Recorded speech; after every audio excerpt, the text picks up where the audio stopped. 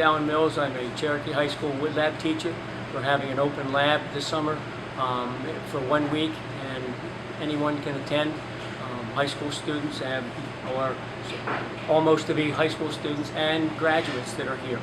We're trying to raise money so that we can have iPads in the wood lab so that we can save paper and go green. The students here are making projects from a gun rack for the ROTC to skateboards. They are doing in the background over there, as you can see, and we're making skateboard holders and whatever it is that they would like to make, during the summer program. They're more than welcome to come up and do that. We also talk wood and have conversation during the day.